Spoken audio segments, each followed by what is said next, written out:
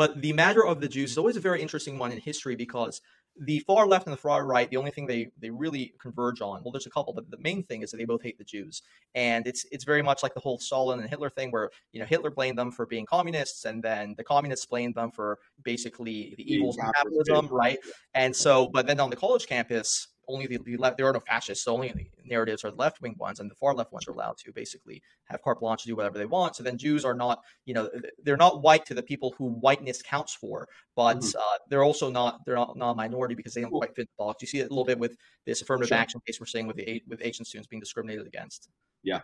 Well, it tracks back to intersectionality, right? In that you're creating fixed, that you're, instead of saying, okay, our identity group is a relevant factor in who we are and how we order society, but it's not the prism through which we see everything. It's saying, no, everything, the primary prism, the first layer through which you should see the entire world is your identity category. And every interaction it can be filed or calculated as a power dynamic depending on your characteristics, what gender you are, sexual orientation, religion, whatnot. And this modality of thinking, which we spent 30 to 40 years trying to get rid of it. We said, wait a second, we got to get rid of that. And while it won't be perfect, while we won't have a perfect society, the way for us to move the ball forward in terms of racial harmony, a more fair and just society, is to judge people first and foremost, not on demographic characteristics. It completely inverts that and says, no, it's time. We need to be centering everybody's identity and their experiences based on their demographic categories and judging everything that way.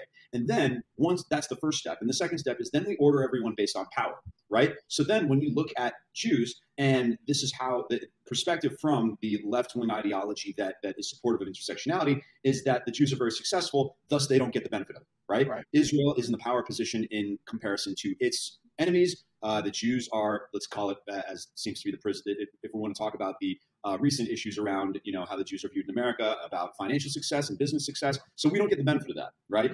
We're white and we're successful and we're at the top of the intersectionality power pyramid, and thus we need to sit down, shut up, and learn, right, is what they would tell us to do. So that's essentially what was going on and what is still going on. Right. And it's more sinister than just the traditional Marxist lens of viewing things, because under this intersectionality lens, like Oprah and, Cory Booker get more points than someone like me, even though, one grew up as the child of IBM executives and Oprah's a billionaire.